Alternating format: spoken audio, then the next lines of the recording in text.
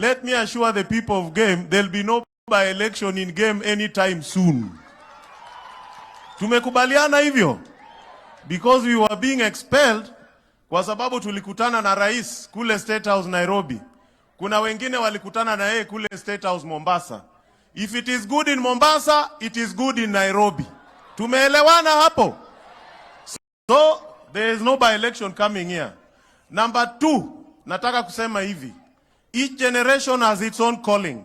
There are those who fought for independence. From here we had Arguings Kodek.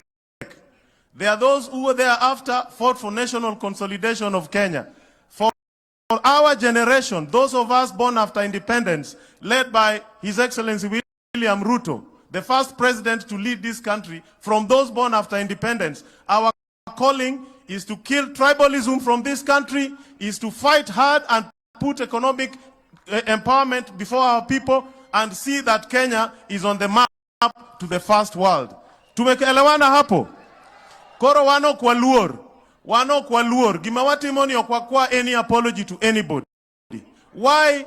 Nekech kaka ne ogo kura, nwatimo kaka no kwawa. Gimanotimore Nairobi wan waonge. Joma nomiyo miyo walim rit maramo dendwani, pogi duogo ginyis wan ang'o manotimore Nairobi. Omiyo giwe wati gi rais, watine jothurwa, wager Kenya. Asanteni. Honorable Karemba from Embu. Karemba. Makofi. My goalkeeper of parliament.